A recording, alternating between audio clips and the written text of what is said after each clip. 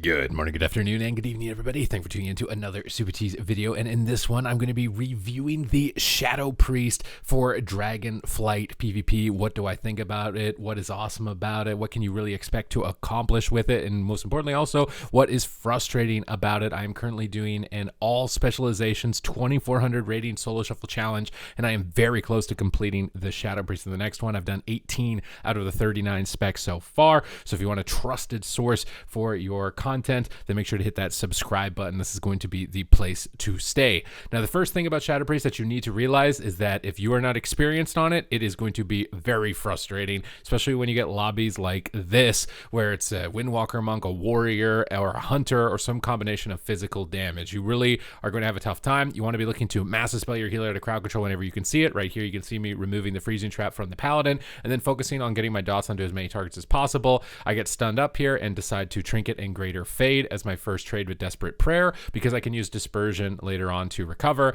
We get our Void Form off while there are no interrupts next to us, but we have to disperse on top of it because you can see we're just getting absolutely wrecked. And this is kind of one of the problems with Shadow Priest. You're going to be ducking around the corner, hiding for your life against a lot of these physical damage dealer. Another freezing trap. We got a massive spell that off the Paladin. We've removed it. We're now focusing on trying to get our dots back out, which have been dispelled. And I'm line of sighting the Hunter. I'm basically making this a 1v1 with me and the Monk. He's got no interrupt. I can go for a Void Torrent after that Devouring Plague, free cast it, avoiding the Hunter's interrupt behind the pillar. That's really what you want to be trying to aim for, is trying to get casts off when there's no interrupts out of line of sight.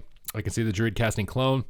Nothing I can really do about it, but I would like to attack the Druid at certain points. It's really important that you attack Resto Druids in Dragonflight. They're looking to be even stronger into the next patch, so you really want to brush up your strats for those. We got the Hunter stunned up, so I'm going to silence the Druid to prevent him from dispelling it, and then try and get as much pressure as we can, but we're stunned. We're going to use Power Word Shield. We're going to drop a Feather. Feather plus Fade is a really good way to move him around the map, but we're still going to Void Swap. We're going to Void Swap to the Paladin because they can Divine Shield, and they're unlikely to be a target for this composition, unlike my Warrior, which is likely going to be a swap targets in the future. We get dots on the Pet, which gives us an instant Unfurling Darkness to dot up another target. This can be a good way to get dots when you're having a tough time casting behind the pillar, is casting something with no interrupt behind the pillar like a Pet, and then instant dot a target that's out in the midfield. And you always want to be casting Flash Heal whenever you're interrupted. That's kind of like your go-to. It's going to be providing you a lot more durability. I see a lot of Shadow Priests not focusing on this. Here I see a chance to go for a Void Torrent with Fears onto the DPS, onto the Druid. I stop the cast as the Hunter looks my way to try and fake the interrupts. And again, I'm just pulling the Monk back behind the pillar. Going to go for a DR Fear. I see the Druid getting low. I also see the Pet getting low, but I don't want to play in the middle of the map against the Hunter. I want to be up with my teammate.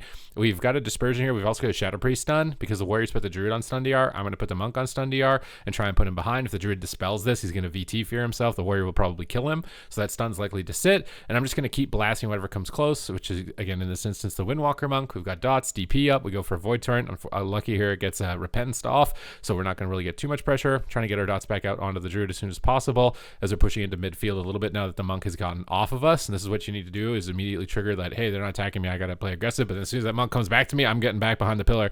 I'm going to use a Greater Fade and a Feather. This is going to remove snares and sprint me back to my target, although you would like to Feather first. Psyfiend out. Psyfiend's a really awesome win condition. You know what might be frustrating about being pinned down in a lot of these melee DPS lobbies, when you get a good Psyfiend out, you just can absolutely win a game with it. I see an opportunity to switch to the Druid, Shadow or Death range. We're going to crack those in really fast and close out the game. So main name of the game of this is to just focus on defense, focus on surviving whenever you're getting interrupted, tossing out flash heals, and picking your moment. And your moment's going to be Stun, Silence, and Psyfiend. These are the three kind of like magic abilities in PvP that are going to win the game for you. Maintain your dots in between. You also bring Power Infusion, which is always super fun to just buff up yourself and your ally with a lot of haste.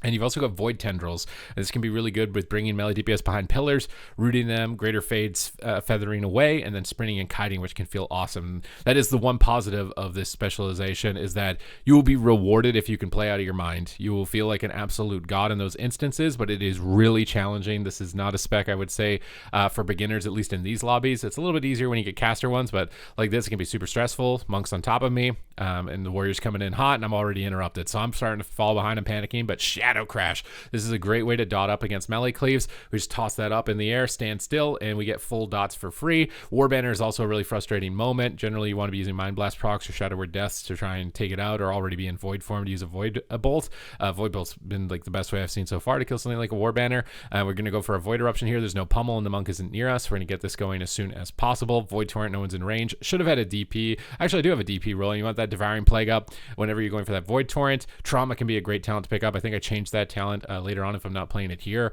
Trauma with Void Torrent gets a full stack here. I see the Druid stun, so I'm going to stun the monk instead. Always try and cross CC when you can see it. So if they've engaged CC onto the healer, then you can chain it into a fear, and you can get a lot of pressure. Like we've got Diffuse, Druid Trinket, Warrior Trinket, another Shadow Crash, stand still, park that, 2 dots, and I don't have to cast.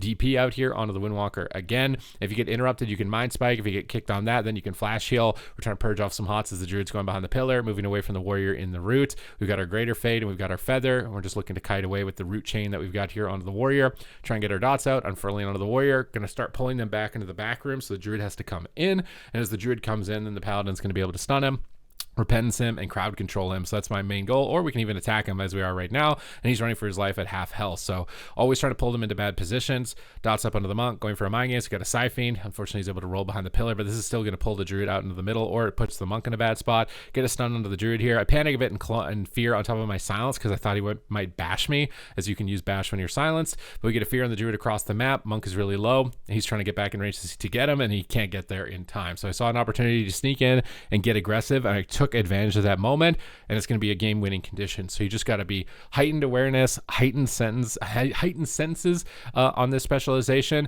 but don't expect to just win every single lobby. I've played lobbies like this where I went 6-0, and I've played lobbies like this where I've gone 0-6, and it can be very tilting when that happens. It's something that you got to just keep working through, honestly, with the specialization. As you get better and better with picking your moments, you're going to get more and more consistent with the specialization. But if you want something that's a bit easier to kind of breeze by, I would definitely recommend something like an Elemental Shaman, as that from personal experience has been a lot more instant cast damage and a lot less tilting in a lot of more situations than on the Shadow Priest. So once again, we got that Hunter sort of pinned at the pillar. We're trying to poke dots as we can, play defensive. Druid's trapped behind the pillar, can't really MD him. In cap on the Warrior, he's probably going to Berserker. We get a Ring of Peace. I'm just going to wrap around the corner, dots on the Warrior. I see that silence coming over onto me. You can Greater Fade that one off with a sprint and then run while you're silent sometimes to get away, but big damage is incoming. I don't really want to line the Druid. I've got Iron Bark, so I'm going to stay on the Druid's pillar here on this position. Shadow Crash him and the pet. Refresh our dots there for free. VE and Desperate Prayer. Do not forget to press Desperate Prayer. Desperate Prayer is like one of your best buttons. It gets a lower cooldown as you're getting attacked. It needs to be one of your first things that you hit. It's probably one of the reasons you might be dying on Shadow Priest or experiencing a bad time, is that you're not Desperate Praying enough, basically off the beginning of the game. Here there's no pummel, so we're going to go for Void Eruption and immediately try and get into Void Bolt form and just start pummeling damage into the Warrior and pull him behind pillars and line of sight the Hunter when we can. I see a fear onto my Druid, so it's time to Greater Fade and Feather, and that allows me to get right back to the pillar. So if you're worried about mobility or not being able to escape, the Greater Fade Feather has been my best staple mechanic to be able to get away. We get a clone here onto the Paladin, so I'm trying to get pressure onto the Hunter. I'd really like to get pummel out of the way. We get pummel out of the way. We're going to dump our Mind Spikes, dump our Mind Games, and get ready to get enough insanity to go for a Torrent. Unfortunately, feigns my dots, so we're going to have to refresh those dots, and before we go for the Torrent, another Mind Spike. Not able to find it, we get silenced instead. We've got Iron Bark coming from the Druid here in a moment, so we should be able to be pretty tanky. We've still got Dispersion. I see a trap on the monk. I'm not going to waste my MD on the trap on the monk, as I want to be using it for the Druid. He gets DR stun, but I fake the kick. I'm still sitting on Life Swap. It's kind of my last resort. It's probably a better idea to save your trinket for Life Swap. That way you always have a way to access it. Bops up. I want to purge that bop so my monk can attack. Really important that you're using your purge utility when you can. In this position, I'm actually not purging it. I think it's because the monk wasn't in range of him yet. He's Fist of Fury over onto the Warrior, but you do want to be using that purge into key abilities. Now I get a chance to Siphene silence the Paladin. Get a key moment, a key condition, faking out an interrupt, tossing out a Void Volley, dotting up the Warrior, dotting up the pet with that Void Volley, and trying to get into a better position, tossing out the Mind Spikes into Mind Games and a Mind Blast as there's no interrupts next to me, and I'm just trying to force this Warrior away or get a cooldown from him. Anyway, I should get died by the sword. There's a Vortex down. I can line sight the pillar, heal myself up with a Powered Shield, and start to pull back. It's a really good hybrid experience if that's what you're looking at for. You want kind of support, roll, utility, sustain damage with these key playmaking moments that can win games. It's basically got a complete kit for a master player to be able to succeed, but then a pretty high entry barrier where you're going to be frustrated by the amount that you have to cast or the amount that you can be shut down, especially in these scenarios. So if you're looking for something that's a challenge, then this is a spec that I'm definitely would be recommending to you. But if you're looking for something that's kind of like easy breezy, you want some free rating, you want some transmogs and stuff, it's probably not. This is going to be one where you need to be playing really well. We start up the warrior here out of line of the paladin, get dots up so we don't have to deal with his interrupt. I got a Psi Fiend onto the hunter that forces aspect of the turtle. We fake the pummel. We're getting ready. We're getting dots on the pally if we want to swap to him. Feather, greater fade. I unfortunately get rooted. I'm going to go in for a fear onto the paladin. We get in range. We get the fear. Hunter's out of the turtle. I've got a silence out of the fear if he comes in line. Silence the paladin. Fear into silence. Beautiful CC chain, clone on the warrior or on the hunter, swap to the warrior with the void torrent and shadow of death range. Don't even need it.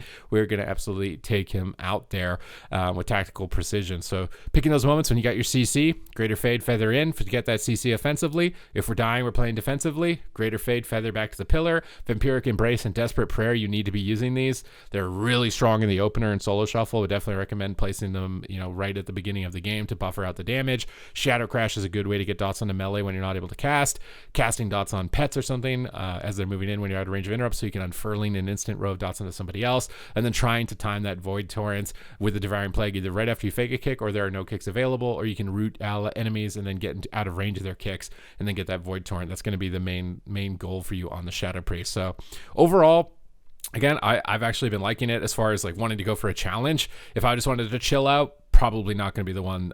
This is a really high intensity spec, especially when you're getting so many melee DPS lobbies. So hope this review has been good for you and giving you an idea of how to accomplish your goals if you're going to go for it and whether or not it's going to be suited for you to play. If it was, make sure to smash the subscribe button. You can follow me on my stream. It's linked in the description down below if you'd like to see my challenges completed live. Other than that, I will see you in the next video.